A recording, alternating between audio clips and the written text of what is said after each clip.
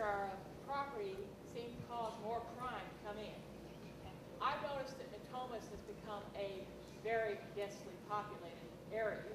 People are sitting practically on top of each other, living practically on top of each other. I would like to see something in our city that starts the code to change, to see that we don't have people sitting so close to each other. So the densities can be spread out a little bit more, our neighbors can become a little bit less dense, and we don't have the conglomeration of fireworks going on that we've got now happening. When so you her put question too is, many people in one small confined area, there is not going to be peace and harmony.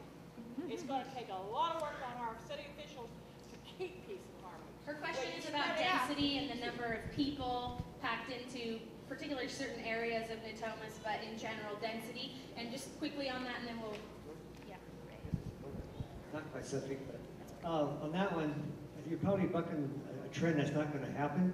In the South Natomas area, the trend was the ratio of apartments to single-family homes went well over the 60-40% split. There's actually a moratorium in apartments in Natomas for several years. North Natomas is a compact community. What we're working with the neighborhood associations is to cut down on the size and the proximity to one another of the multifamily homes. That is definitely a concern of ours. City council person can also make rules to those developers that they don't have the right to come out and just buy up the land and then put 4 houses to an acre.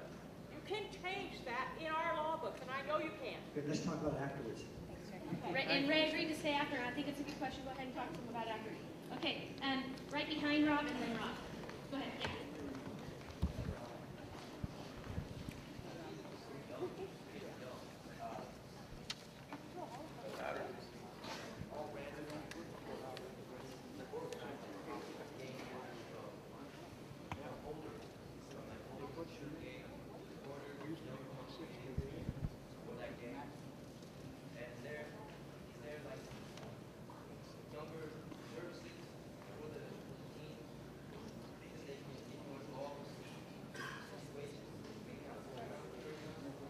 There's 2 parts to this question. One is to Daniel with Captain Hahn, which is, what do you think about the age of these particular criminals and whether or not they're gang related? The second part of the question I'm going to ask you to address to Lynn, which is, what are the youth programs that are available? Because that's what we're going to ask him to stay for. Yeah, what do I think about the age? I think it's typical of what we've seen lately is it gets younger and younger and more violent. Yeah, what I'm saying, you think that they'll be older? No. Okay, I'm going to catch Rob and then over there. Go ahead, Rob. One of the things that I found is important is knowing your enemy, knowing the MO, and that helps you to harden your house, make it a hard target. So Dan or Rick, could you go over some of the common techniques that burglars use to get in houses so people know where they're stopped, when they're armed? Okay, so Rob's question is to better know how to defend ourselves. Could you tell us a little bit more about how they invade the home?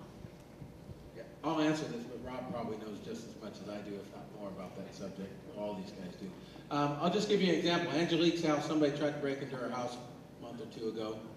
She has, like I told you, her house is like Fort Knox alarms, wooden dowels, big dogs, cameras, all sorts of things.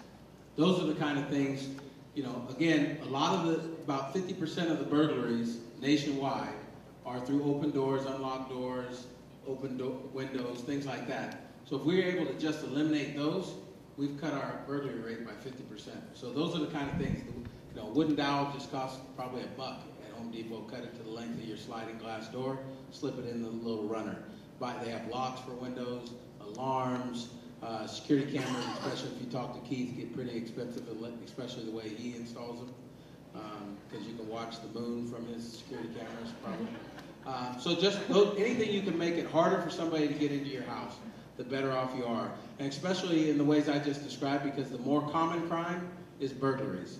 And so this is a blip on the screen that hopefully we'll have solved here in a minute and we won't see it return. But burglaries are a constant in every one of our neighborhoods. Thank you. The lady in the black. If there are any copies made, there are no copies out there.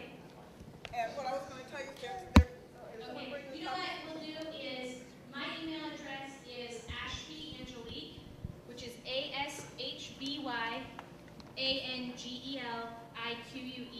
@yahoo.com. And if you didn't get it, I'll give it to you. Promise you can have that, and I'll. Okay. Rick, can I correct something else? I did get the email before I came here. It had 4 pages. It's not complete. So when you send your Yes. email out, will it Anybody, be yes, complete? we'll get that email out. It'll be, Brandy, can we put it on the buzz? Okay, we'll put a link at natomasbuzz.com. That's this exact packet. We'll get it out there. And then if you have my email address and you want it, I'll send it to you. And we'll get it out on, Rob, are you okay with that too? We'll get it out on Rob's list also. We'll have it all out tomorrow. I think Paul's going to shrink it down into one document too, so it'll come out. Yeah, we'll get it in a PDF. I don't know how to do that. We'll put it in a PDF before we'll make it. I don't know how to write. Yes, sir. Yeah.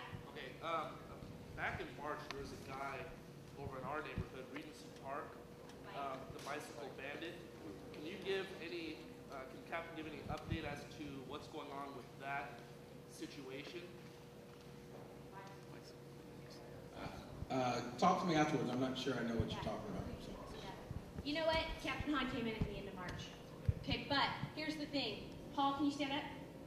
This is Paul Johnson, the head of so many neighborhood watches I don't even know, and also in Regency Park, and knows a lot, but bring Captain Hahn in on the conversation too so he knows about it. But the answer is they didn't catch him, but you could talk to him. And when you tell me about it, I can find out what he's done. Yeah, but Paul will know how to help you get the answer to that.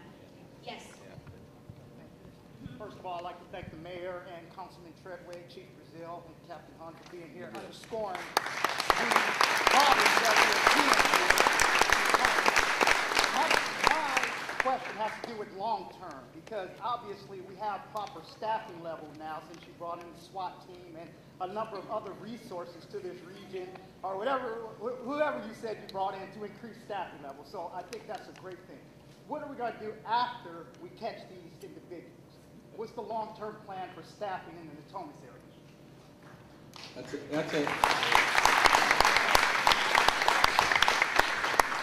a good question. I don't ever anticipate Natomas going down, and hopefully next year and the following years we'll be able to increase it, but we have to also look at the citywide on how we're going to do that. You're right. When this is over, the SWAT teams will possibly be up here other times with other needs, but they're a citywide resource. Detectives will be investigating other things, so you're right. I think the biggest thing we can do, regardless of how many resources we have, is like we've assigned an officer to each neighborhood association and build that. I mean, I liken it to if your mom called you today and said she needed help at her house, and a complete stranger called you 2 minutes later and said they needed help at their house, where would you go first? And how good of a service would you give your mom compared to the complete stranger? That's what I'd like to break down between officers and all of you, that you're not complete strangers and they get to know you, and it's just a subconscious thing, but you just get a little bit better service and better communication on what the little things that lead to the big things.